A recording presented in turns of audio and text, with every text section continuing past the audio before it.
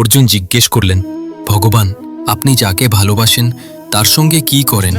ভগবান বললেন, আগে বন্ধু বিচ্ছেদ করি। আমি যাকে ভালোবাসি তার আপনজনদের আমি আস্তে আস্তে দূরে সরিয়ে দিই। তখন সে ভাবে, ঠিক আছে, সম্পর্ক তো দূর হয়ে গেছে, এখন আমি যে কাজ করছি, আমার পরিশ্রম, আমার টাকা, সব তো আমারই। ভগবান বললেন, হরিষ্যে তদ্ধানম সহ, অর্থাৎ আমি ধীরে ধীরে তার ধন সম্পদ এবং সবকিছু নিয়ে নিই। অর্জুন বললেন, কোনো শত্রু নন তো, আপনজনের সঙ্গে এমন করেন? ভগবান বললেন, শত্রু নই, কিন্তু আমি জানি যখন সে সব জায়গায় হারতে থাকে, সব জায়গা থেকে তার সম্পর্ক, তার ভরসা ছুটে যায়, তখন সে আমার দরজায় এসে দুই হাত তুলে নিজেকে সমর্পণ করে বলে, ভগবান, আমি হেরে গেছি, এখন তুমি সামলাও।